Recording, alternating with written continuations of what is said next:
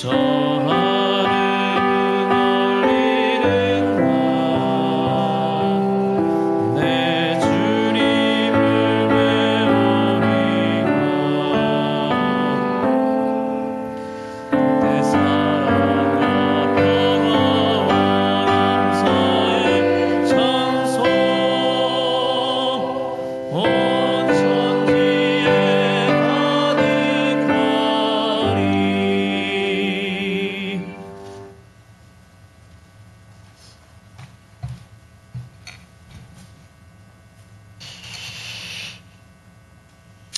하늘에 계신 거룩하신 아버지 하나님,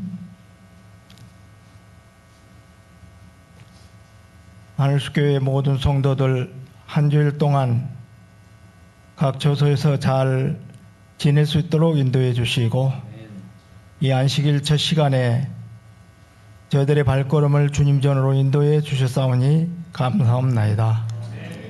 아버지 하나님, 한 주일 동안 우리가 주님과의 관계 속에서 알게 모르게 지은 모든 잘못들을 주님 이 시간 다 내놓고 간구하오니 다 용서해 주시옵시고, 이 안식일을 통하여 우리의 마음이 주의 피로 인하여 깨끗함을 받을 수 있도록 인도하여 주시옵소서.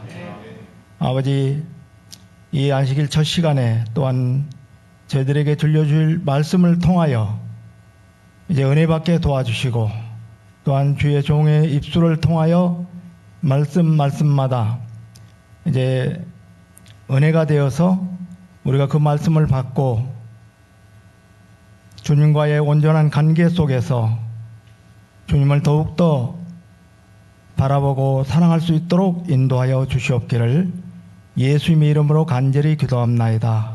아멘.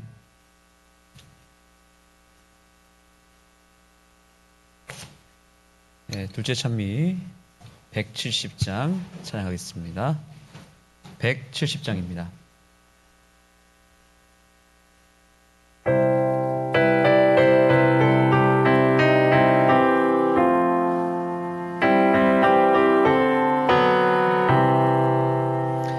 나의 참된 친구 되신 구주 예수, 너는 그의 사랑 알고 있느냐? 그가 나를 바른 길로 이끄시네. 다른 친구 할 수 없었던 그 일, 주님 외에 다른 친구 없네. 주와 같은 친구도 없네. 나를 죄악에서 구원하셨으니 그의 사랑 크셔라. 내가 나의 주를 처음 배웠을 때 나의 마음엔 죄가 가득하였네. 사랑으로 나를 품에 안으셔서 옳은 길을 내게 가르치셨네. 주님 외에 다른 친구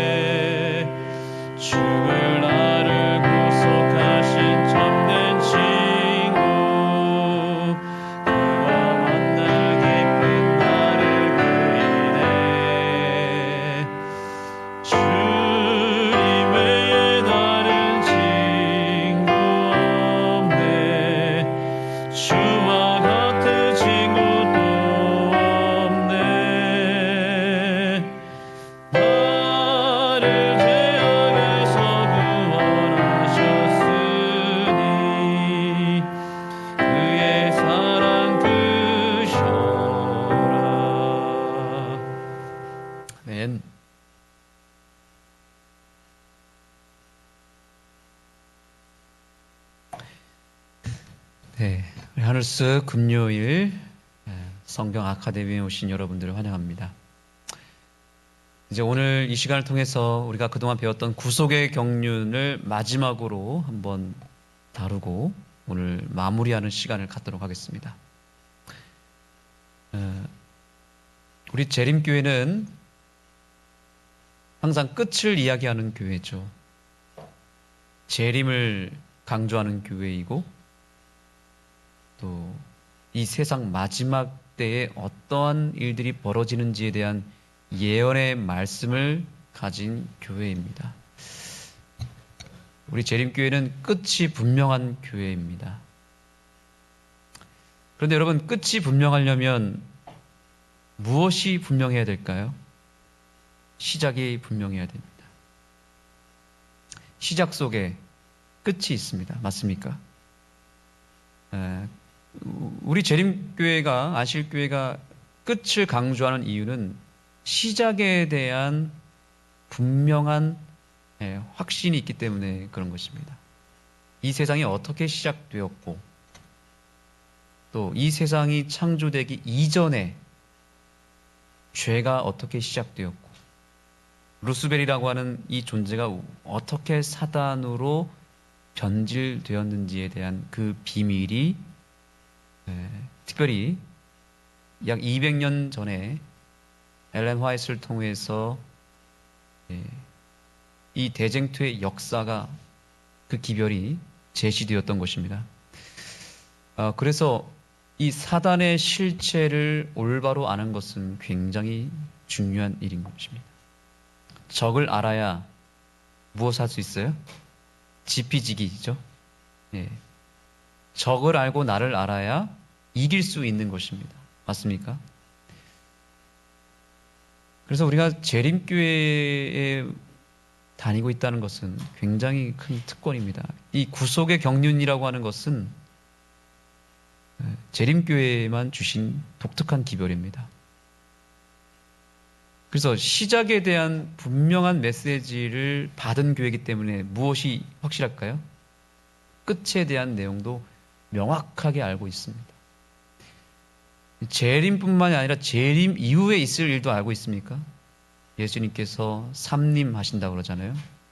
그 사이에 천년기 동안 이 지구가 또한 어떻게 될 것인지, 사단이 어떻게 끝장이 나는지에 대한 내용까지 명확하게 알 수 있습니다. 이 모든 내용이 어디에 명확하게 있냐면 대쟁투 총서에 있는 것입니다.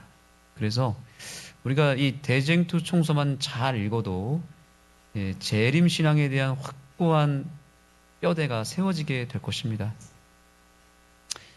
그래서 엘렌 화이트이 특별히 각 시대의 대쟁투를 쓸 때에 사단이 얼마나 급했는지 이 엘렌 화이트에게 직접 나타났습니다. 그래서 그 펜을 빼들어 버리고 정말 죽이려고 나타났다고 합니다. 그래서 엘렌 화이트이 거의 죽을 뻔했어요. 죽다 살아났습니다. 각 시대의 대쟁투를 쓰다가 죽을 뻔했다는 거죠. 그 책을 읽어야 되겠습니까? 안 읽어야 되겠습니까? 목숨을 걸고 쓴 책이 각 시대의 대쟁투이기 때문에 그렇게 정말 엘렌 화이트이 그 생명을 담보로 해서 쓴 책을 우리가 책꽂이에만 꽂아 놓아서는 안 되겠죠. 올 한 해 이 각 시대의 대쟁투를 정독하는 한 해가 된다면 우리의 신앙은 굉장히 확고하게 서게 될 것입니다. 자, 우리 이 구속의 경륜을 이제 오늘 마지막 시간으로 하기 때문에 좀 복습을 해보겠습니다.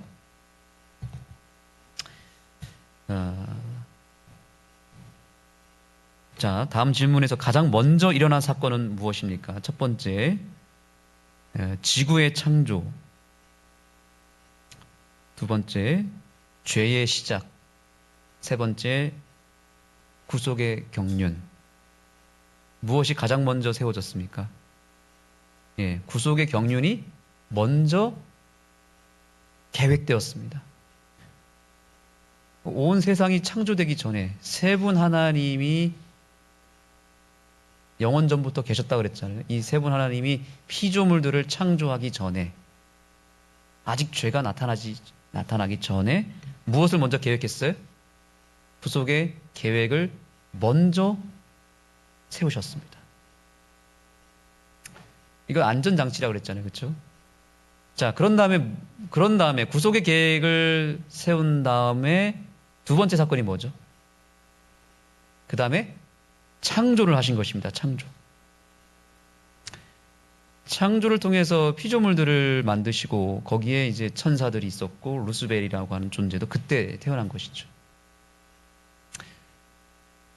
하나님께서 이 창조를 하시기 전에 고민을 하셨습니다. 우리의 행복을 위해서 반드시 수반되어야 될 두 가지 요소가 있어야 되는데 이것이 있어야만 행복하다 그랬습니다. 그렇죠? 하나님께서 이거를 줄까 말까 굉장히 고민했습니다. 자, 일단 그 두 가지가 첫 번째 뭐죠? 그렇습니다. 자유의지입니다. 그런데 그 자유의지도 있고 또 하나가 뭐죠? 이타적인 사랑입니다. 이타적인 품성입니다.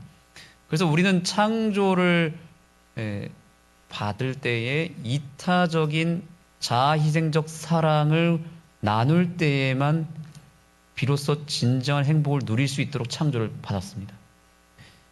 그러니까 휘발유차에는 뭐가 들어가야 돼요?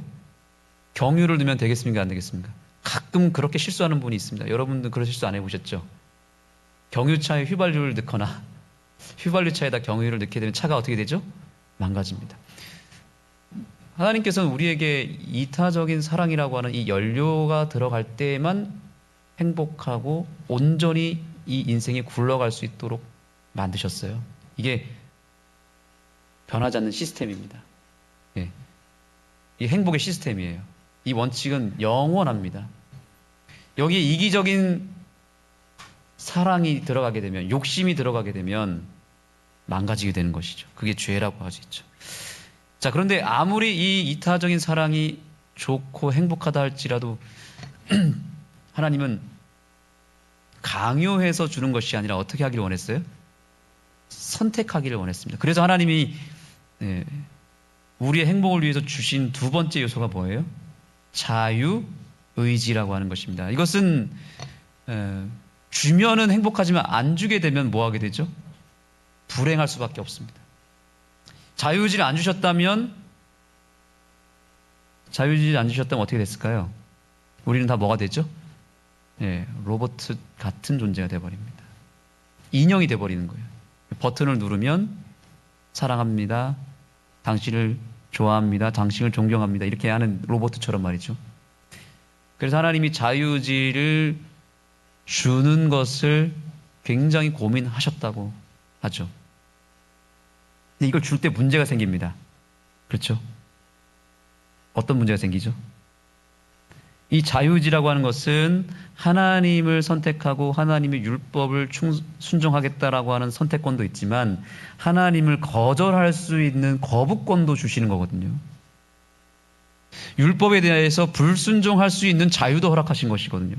그 두 노선 가운데 내가 스스로 자발적으로 선택할 때에는 행복하지만 이 선택을 내가 하지 않고 하나님을 거절하는 선택권을 하게 될 때는 불행하게 되는 것입니다.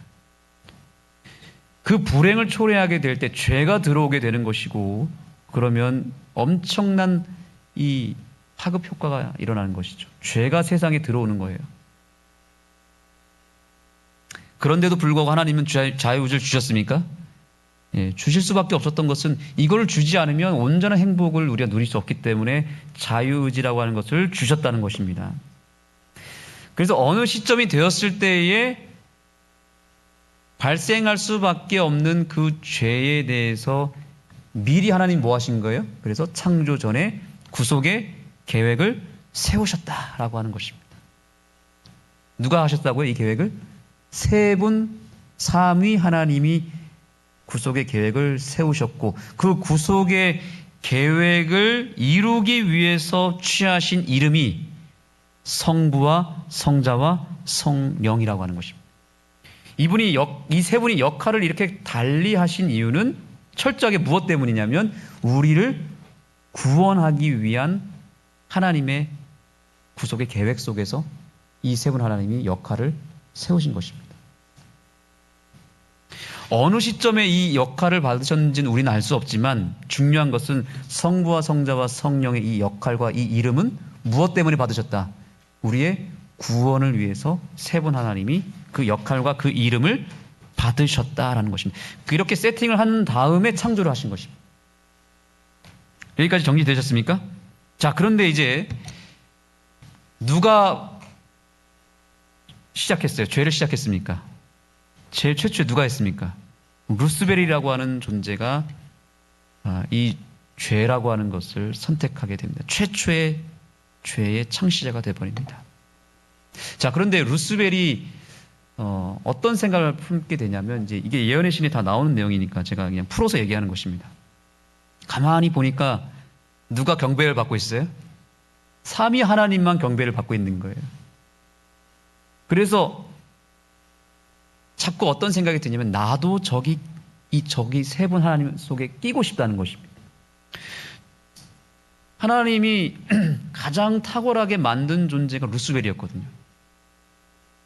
그러니까 하나님 다음으로 탁월한 존재가 루스벨이다 보니까 가만히 보니까 천사들도 피조물들도 하나님도 경배하는지만 누구도 약간 존경하는 것처럼 보여요. 루스벨의 그 탁월함에 다른 천사들과 이 피조물들이 경배까지는 아니었지만 뭔가 존경하는 단계, 뭔가 높이는 단계에 이르러 있었던 것이죠. 그래서 이 루스벨이 어떤 마음을 품게 되냐면, 나도 경배를 받고 싶다라고 하는 생각을 하게 됩니다. 그걸 한마디로 두 단어로 줄이면 뭐가 될까요? 두 글자로 줄이면 교만이라고 하는 것입니다. 최초의 죄는 무엇으로 시작됐냐면 교만으로부터 시작된 것입니다. 나도 경배를 받고 인정받고 나도 높임을 받고 싶다라고 하는 이 마음, 이걸 누가 품었다고요? 루스벨이 마음에 품었다. 이 마음을 품다 보니까 딸려오는 게 뭐냐면 바로 욕심이라고 하는 것입니다. 욕심이 생긴 거예요. 이기심이죠, 그게. 그래서 최초의 죄는 뭐냐면 루스벨의 마음에서 시작되었는데 두 가지다. 뭐다? 이기심과 교만이다. 이것이 죄의 뿌리였습니다. 씨앗이었습니다. 이것을 계속 마음가짐에 키우다 보니까 드디어 반역을 결심하게 되고 쿠데타라고 하는 것을 일으키게 된 것입니다. 그래서 엘렌 화이트이 이런 이야기를, 의미심장한 얘기를 합니다. 우리의 인생의 모든 문제를 단 5분 안에 끝낼 수 있는 방법이 있는데, 우리의 마음의 교만과 이기심을 해결해버리면 모든 문제가 5분, 10분 안에 끝난다라고 하는 구절이 있습니다. 여러분들이 한번 돌아가셔서 찾아보시기 바랍니다. 여러분 공감이 좀 되십니까? 네. 사실 우리의 인생에 찾아오는 어떤 마음속의 어떤 괴로움과 번민과 우리 인생의 어떤 시련과 고통은 다 무엇 때문에 생기는 거냐면 우리 속에 있는 그 교만함의 뿌리를 해결하지 못해서 그런 것이고, 두 번째는 이기심이라고 하는 것을 해결하지 못했기 때문에 생기는 문제예요. 이 두 가지만 해결해버리면 내 마음의 문제는 완전히 5분 안에 끝나버리는 것입니다. 이 경험을 올 한 해 우리가 매일 매순간 누리게 되기를 간절히 소망합니다. 그래서 우리가 있는 그곳에서 높아지려고 하기보다는 어떻게 하면 좋을까요? 가장 낮은 곳으로 향하는 것입니다. 예수님께서 그렇게 사셨어요. 예수님은 이 땅에 오셔서 단 한순간도 불행하신 적이 없었어요. 왜냐하면 그분의 마음에는 교만함과 이기심이 전혀 없었거든요. 어디에 있든지 무엇을 만나든지 그분의 마음 가운데 늘 평안이 있었고 늘 행복이 있었던 것입니다. 이 죄의 뿌리를 기억하시기 바랍니다. 그래서 이 사단이, 이 루스벨이 드디어 쿠데타를 일으키는데 그의 작전은 이것이었습니다. 하나님의 율법은 개선이 필요하다. 따라하겠습니다. 이건 굉장히 중요하기 때문에 따라야 됩니다. 하나님의 율법은 개선이 필요하다. 이게 누구의 거짓말이었어요? 루스벨의 거짓말이었어요. 이 사단의 기만과 거짓말이 그때부터 지금까지 계속 이어지는 것입니다. 지금도 무엇과의 싸움이냐면 율법을 공격하는 거예요. 사단은. 율법은 개선이 필요하다.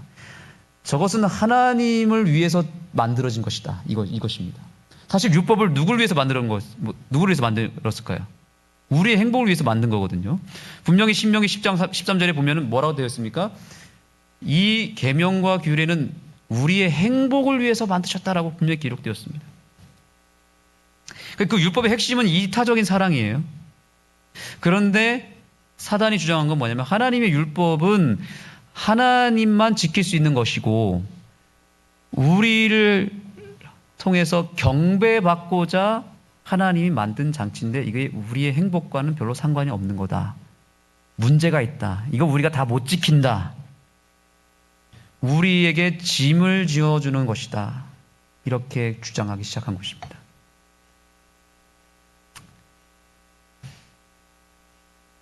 그래서 하나님의 이 법을 공격하면서 그야말로 개헌이 필요하다. 요즘 세상도 막 법을 바꿔야 된다고 막 개헌 얘기하잖아요. 참 형태가 비슷하지 않습니까? 쿠데타를 일으키고 법을 바꿔야 된다. 고쳐야 된다. 근데 이 사단의 말을 천사들이 거짓말로 여겼을까요? 아니면 일리가 있다라고 생각했을까요? 일리가 있다고 생각합니다. 왜 그럴까요? 그동안 루스벨이 이야기한 건 다 참이었거든요. 다 진리였고 루스벨이 말을 할 때 우물쭈물하고 어눌하게 얘기했을까요? 아주 탁월한 스피치를 가지고 감동적이게 얘기했을까요? 이 루스벨의 설교는 정말 그 당시 우주에서 가장 강력하고 영향력 있는 감동적인 설교였을 것입니다. 하나님이 그렇게 능력을 줬기 때문에. 이 루스벨의 논리와 주장과 이 스피치는 그 누구도 따라올 수 없을 만큼 딱 한 번 들으면 그냥 설득될 수밖에 없는 그런 이야기였을 것입니다. 그냥 제가 단순하게 하나님 율법은 개선되어야 됩니다. 이렇게 제가 지금 얘기한 것은 그냥 엘렌 화이트이 그냥 간단하게 그냥 요약해서 얘기했지만 실제로 루스벨이 천사들을 향해서 설득했을 때에는 굉장한 이 기술이 들어갔을 것입니다. 그래서 이 루스벨의 설교를 듣고 무려 몇 분의 1이요? 3분의 1이 넘어갈 정도로 루스벨의 설교는 탁월했습니다. 천사들이, 우리 인간이 아니라 천사들이, 그 똑똑한 천사들이 3분의 1이 속아 넘어갔다니까요. 지지율 30%를 받은 것입니다. 대단하지 않습니까? 자, 여러분이 하나님이었다면 이 루스벨을 어떻게 해야 되겠습니까? 어떻게 해야 되죠? 이 쿠데타를 일으킨, 쿠데타를 일으켜서 막 계엄 선포를 해버렸는데 어떻게 해야 되겠습니까? 바로 처단해야 되겠죠. 근데 바로 처단했다면 지금 우리가 이렇게 고생할 필요가 없잖아요. 근데 왜 하나님은 그때 사단을 그냥 두셨을까요? 이 질문에 대한 해답을 우리는 가지고 있다니까요. 재림교회는. 네. 우리는 너무나 쉽게 알게 된 거예요. 예언의 시를 통해서. 이유가 뭐죠? 만약에 그때 처단했다면 어떤 일이 벌어졌을까요? 예? 아, 하나님은 무서운 분이시구나. 자비가 없는 분이시구나. 그죠? 사단의 말이 맞을 수도 있었겠구나. 그래서 하나님이 사단을 빨리 해치웠구나. 이런 생각을 하지 않았을까요? 온 우주가 더 큰 혼란 속에 빠져들어갔을 것입니다. 한 번 오해하기 시작하면 계속 오해하기 때문에 하나님은 거기서 그렇게 할 수 없었어요. 이제 이번 주 교과, 다음 주 교과에 이 내용이 나옵니다. 그래서 거기 분명히 이렇게 얘기하죠. 하나님은 강압적으로 싸우는 분이 아니라 무엇으로 싸우는 분이다? 그분의 품성으로 싸우는데 그분의 품성은 뭐예요? 이타적인 사랑의 속성으로만 싸우셨다. 하나님은 아무리 우리가 찔러도 절대로 그분에게서 악이 나오지가 않아요. 무조건 사랑이 나오는 거예요. 그 하나님의 방법은 뭐였냐면 사단을 바로 처치하는 게 아니었어요.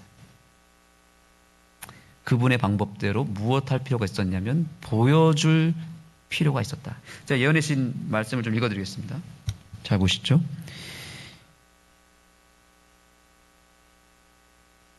하나님께서 하늘 주민들에 대한 율법과 법칙을 제정하실 때 공정하게 하지 않았고 피조물들의 복종과 순종을 요구하심으로 하나님 자신만을 높이기 위함이라고 주장하였다. 이게 누가 주장이에요? 사단의 주장입니다. 그 다음 잘 들어보시죠. 그러므로 하늘 주민과 온 세계들 앞에서 하나님의 정부가 공의롭고 그분의 율법이 완전하다는 것이 실증되어야 했다. 이게 각시대의 대쟁투 498페이지에 나오는 것입니다. 하나님은 무엇 하고 싶으셨냐면, 그래, 이왕 죄가 발생했으니 뭐 하자? 그냥 조용히 보여주자. 무엇을 보여주자? 율법이 완전하고 그것이 우리의 행복을 위해서 제정된 것이며 개선할 필요가 없는 완벽한 하나님의 법이라고 하는 것을 증명해 주자, 보여주자, 조용히 묵묵하게 나타내 주자라고 하는 것이 하나님의 방법이었던 것입니다. 그래서 사단을 바로 처단하지 않고 내버려 둔 것이고, 그 사단이 하필이면 어디에 들어왔어요? 지구라고 하는 곳에 들어온 것입니다. 사단이 욥기서에 보면은 두루 돌아다녔다라고 얘기하고 있습니다. 여기저기 별에 다니면서 두드렸겠죠. 유혹했겠죠. 그 우주에 그 한 별 한 별 다니면서 그 별의 주인이 있었겠죠. 장자가 있었겠죠. 아담과 같은. 그 장자가 문을 열어줬으면 그 별로 들어갔을 텐데 다 유혹에서 성공하고 넘어가지 않았는데, 하필이면 누가 하와가 누구 곁을 떠났어요? 아담 곁을 잠시 떠난 것입니다. 우리 여성분들이시죠. 남편 곁을 그래서 떠나시면 안 됩니다. 네. 여기서 아담은 누굴 상징하면 예수님을 상징하죠. 하와는 교회, 백성, 그분의 백성을 상징합니다. 예수님을 떠났을 때 사단이 그 빈틈을 치고 들어와서 유혹했고 하와가 넘어가 버린 것입니다. 그래서 주인이 바뀌어 버렸어요. 사단이 문을 열어준 이 지구 속으로 들어왔고, 이제 이 지구 속에서 활동을 하기 시작했고 오늘날에 이르게 된 것입니다. 이것이 구속의 이 역사 속의 역사의 흐름입니다. 자, 그래서 이제 하나님께서는 이제 누구를 보내시겠다고 약속하셨어요? 지구에서 죄가 딱 발생하자마자 창세기 3장 15절 찾아볼까요? 예, 중요한 말씀이니까 원복음이라고 하죠. 창세기 3장 15절입니다. 내가 너로 여자와 원수가 되게 하고 내 후손도 여자의 후손과 원수가 되게 하리니 여자의 후손은 내 머리를 상하게 할 것이요 너는 그의 발꿈치를 상하게 할 것이니라. 아멘. 자, 죄가 발생하자마자 드디어 뭐가 공개된 거예요? 창조 전에 세워놨던 구속의 계획, 구속의 경륜이 드디어 공개가 된 것입니다. 그것이 최초의 공개가 창세기 3장 15절인 거예요. 이거 처음부터 알려줄 필요가 있어요, 없어요? 알려줄 필요가 없죠. 죄가 발생하지 않았는데 미리 알려주면 안 되겠죠. 그래서 인류 안에서 죄가 처음 발생하자마자 하나님이 구속의 경륜을 드디어 보여주신 것입니다. 그것은 뭐냐면 하나님 중에 한 분이 인간이 되셔서 육신의 옷을 입고 이 땅에 오실 것이다 라고 하는 예언을 하신 것입니다. 자, 여러분, 예수님께서 이 땅에 오셨습니까? 2000년 전에 오셨습니다. 왜 오셨을까요? 두 가지 목적이 있습니다. 첫 번째, 왜 오셨어요? 예? 뜻을 이루시려고. 네, 감사합니다. 어떤 뜻을요? 구속의 계획을 이루시죠. 네, 감사합니다. 맞습니다. 그 구속의 계획을 이루기 위해서 오셨는데, 그 구속의 계획을 이루는 두 가지 방법이 뭐냐면, 첫 번째, 우리를 구원하기 위해서 오신 거고요. 첫 번째는. 두 번째가 중요한데 뭐냐면, 아까 말씀드렸잖아요. 사단의 주장이 뭐였어요? 율법은 개선이 필요하다. 그래서 예수님이 이 땅에 오셔서 증명해야 될 것은 무엇이냐면, 율법은 완전하고 개선할 필요가 없고 율법대로 살면 이만큼 행복하다는 것을 보여줘야 됐을까요? 보여줘야 했습니다. 그래서 예수님께서 이 땅에 오셨을 때에는 신성을 입고 오셔야 됐을까요? 인성으로만 오셔야 됐을까요? 100% 인성으로만 오셔야 했습니다. 1%의 신성을 취했으면 됐을까요? 안 됐을까요? 왜 안 됐죠? 예수님 신이신데 왜 이걸 반납해야 됐을까요? 잘 생각을 해보죠.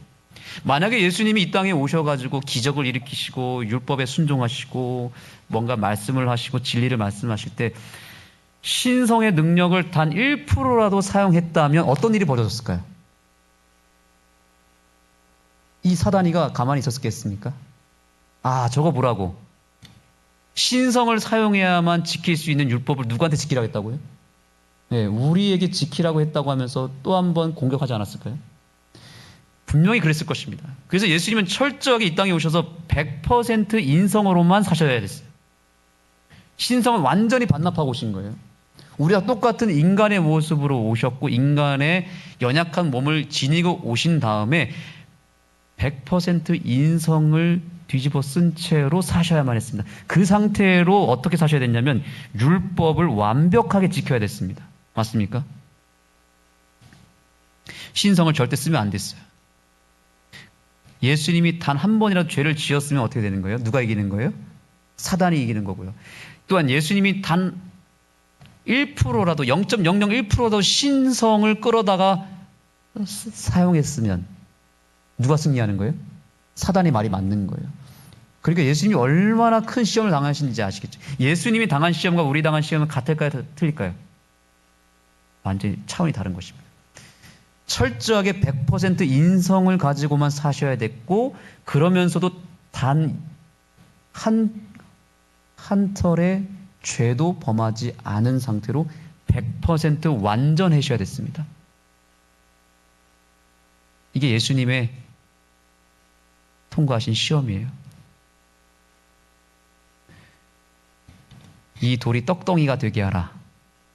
저는 이 시험이 얼마나 예수님한테 힘들었을지 생각해 보면은 예수님은 그거 할 수 있어요, 없어요? 할 수 있잖아요, 예수님은. 얼마든지 할 수 있는 분인데 사단이 그걸 알기 때문에 신성을 쓰면 안 되는 걸 알기 때문에 돌을 떡덩이가 되라. 충동한 너가 만일 하나님의 아들이었든 그렇게 한 것이죠. 예수님의 시험 가운데 정말 힘든 시험, 가장 힘든 시험 중에 하나가 뭐였냐면 십자가상이었습니다.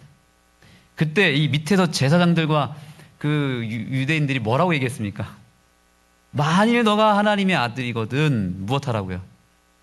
십자가에서 데려와라. 이때가 정말 예수님의 인생 가운데 가장 힘든 시험이었던 겁니다. 왜냐하면 예수님 내려올 수 있습니까? 없습니까? 저 같으면 이렇게 할 것 같아요. 일단은 얘네들 혼내줘야겠다. 일단은 이제 못을 다 뜯어버리고 멋있게 내려오는 거예요. 아주 쫙 기가 막히게 폼을 잡고 딱 내려온 다음에 봤냐? 한 번만 해주면 되잖아. 한 번만 하면 되잖아요. 한 번만. 그 자리에서 그냥 천둥번개 쳐가지고 그냥 그래서 우리는 약한 존재인 것 같습니다. 예수님은 근데 그렇게 하지 않고 거기서도 그걸 참아내신 거예요. 무엇으로만? 인성으로 끝까지 참아내신 것입니다. 그래서 태어나면서부터 예수님 죽는 그 순간까지 인성을 쓰신 상태로 그분께서 모든 시험을 이기시고 죄를 단 한 번도 짓지 아니하시고 생각으로나 말로나 행동으로나 전혀 죄를 범하지 않은 상태로 완벽하게 율법을 이루시고 율법대로 사셔서 진정한 행복과 진정한 형통함을 삶으로 입증하심으로 말미암아 십자가를 통해서 사단이 거기서 완벽하게 패배하게 되는 것입니다. 사단이 거기서 어떻게 했다고요? 패배했다. 따라해 보겠습니다. 사단은 십자가에서 이미 끝났다. 이미 십자가에서 패배가 KO 당했어요. KO 패를 당했고 예수 그리스도께서 완승하심으로 말미암아 이제 십자가에서 선악의 대징투가 일단락되는 것입니다.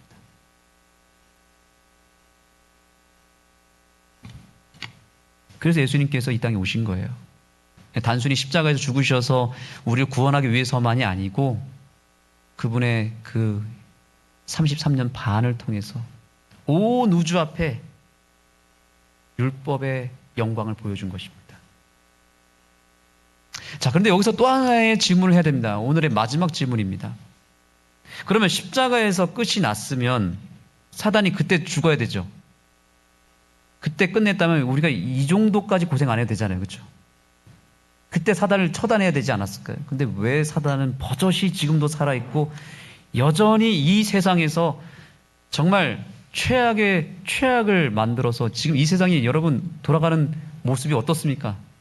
점점 좋아지는 것 같아요. 점점 더 안 좋아지고 더 세상이 어둡고 더 불행해지는 것 같습니까? 어떻습니까?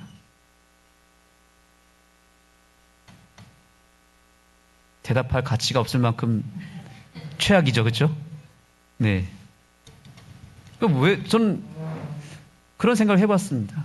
그리고 사람들이 이렇게 얘기하잖아요. 정말 하나님이 계신 거 맞아. 근데 어떻게 세상이 이 모양 이 꼴이고 왜 하나님이 살아계신다고 하면서 왜 이 세상에 이렇게 이해할 수 없는 일들이 벌어지고 이렇게 잔인한 일들이 벌어지고 이 감당할 수 없는 이해할 수 없는 일들이 왜 벌어지는가? 그리고 무엇보다 내 삶에 어떻게 이러한 불행과 이러한 어둠과 이러한 상처와 이러한 이 죄의 역사가 벌어지는가? 왜 그럴까요? 이것도 모든 답이 각시대의 대쟁투와 예언의 신에 다 나옵니다. 이제 하나님께서는 이렇게 한 번 죄가 발생하게 됐을 때 그냥 빨리빨리 처리해 버리면 죄의 흉악성이 나타납니까? 안 나타납니까? 덜 나타나잖아요. 그래서 이 죄가 어느 정도까지 최악이 되는지를 보여주기를 원하신 거예요. 죄의 끝을 보여주기를 원하셨던 거예요. 하필이면 어디에다가요? 지구 속에다가. 우리가 고생하게 된 것은 어쩔 수 없는 일이지만 지금 하나님은 온 우주 앞에 이 죄의 참혹성과 흉악성을 사단을 통해서 더 드러내기를 원하는 겁니다. 더 적나라하게 그 실체를 까발리는 것이죠. 그리고 사단이 틀렸다는 것도 알려줄 뿐만 아니라 사단의 실체가 얼마나 악한 존재이고 그 사단이 만들어낸 이 죄가 얼마나 더럽고 얼마나 치명적이고 얼마나 이 우주에 있어서는 안 되는 것인지를 보여주기 위해서 다시는 죄가 반복되지 않게 하기 위해서 사단을 십자가 이후에 지금까지 내버려 두고 있는 것입니다. 사단은 자기의 운명을 알까요? 모를까요? 다 알고 있습니다. 근데 신기하지 않습니까? 예언의 신과 이 다니엘 요한계시록의 사단의 운명이 어떻게 끝나게 될 것인지 다 예언됐는데도 사단이 지금 그 예언의 시간표대로 이렇게 맞춰서 나간다고 하는 게 좀 신기하지 않습니까? 왜 그럴까요? 사단은 이제 잃을 게 없고 감출 게 없기 때문에 이제는 대놓고 자기의 존재를 나타내고 있는 것이고 외통수에 걸린 것입니다. 다른 방법이 없는 거예요. 하나님은 이제 거기 코너에 딱 몰아놓고 사단이 어떤 존재인지를 이제 완전히 다 밝혀내고 있기 때문에 사단은 그 속에서 그냥 활동하고 있는 것이고 이제 싸움의 대상이 바뀌게 되었습니다. 요한계시록에 보면은